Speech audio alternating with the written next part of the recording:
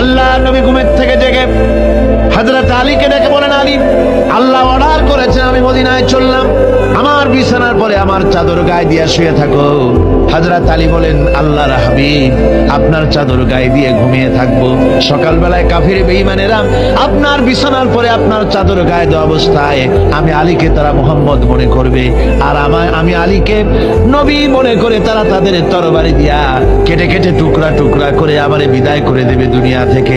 এতটুকুনো পরোয়া করি না, বরং আমার দিলের মধ্যে এটাই তৃপ্তি থাকবে যে আমি আলীর জীবনের বিনিময় আল্লাহর হাবিব দুনিয়ায় বেঁচে আছেন। নবীজি ঘরের থেকে বেরোলেন, চতুর্দিকে কাফেররা দাঁড়ানো।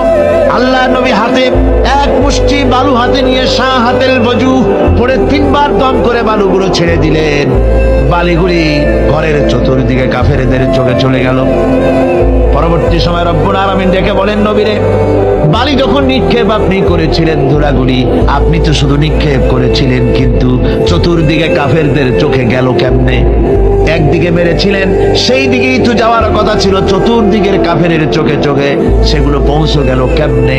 ওয়ামা রামাইতা ইদ রামাইতা ওয়ালাকিন্নাল্লাহ রামা।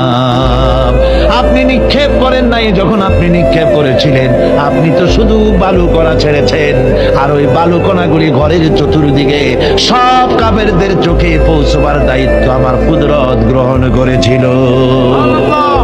আমার ভাইয়েরা, নবীজি বিপদে, এতগুলি শত্রু তরবারি নিয়ে তিনি বিপদে ধৈর্যহারা